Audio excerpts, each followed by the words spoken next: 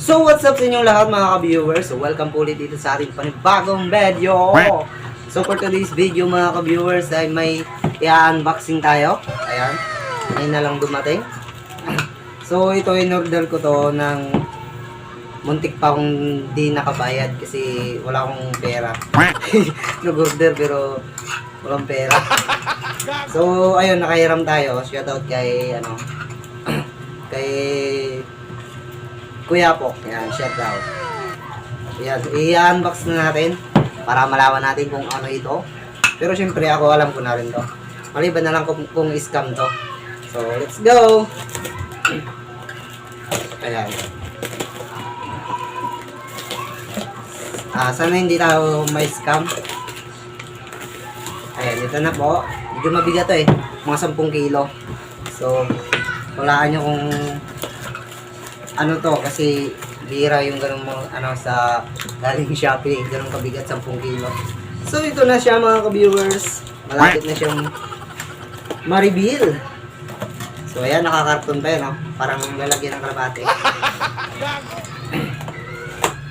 Ayan. Ito na po siya. Kita ba, pre? Kita dyan. Ayan, no? Sana all. So, ayan mga viewers.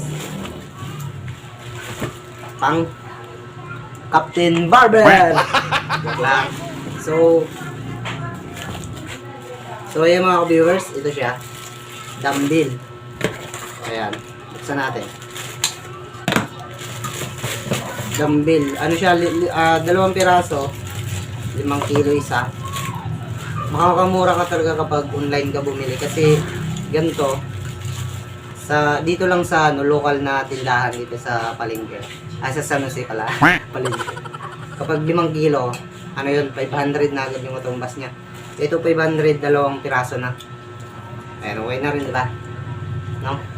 Ang fitness goal. Fitness goal. So tayo ngayon? Alaga tayo ng ating muscle. Para naman medyo gumaan ang ating pakiramdam. Ayan o. 5 LB. Hindi ko alam kung anong LB. Basta 5 kilos. 5 kilos isa yan. Ayan o. Wow! So, gagawin natin ito every morning. Pagkatapos natin kumain. Ayan.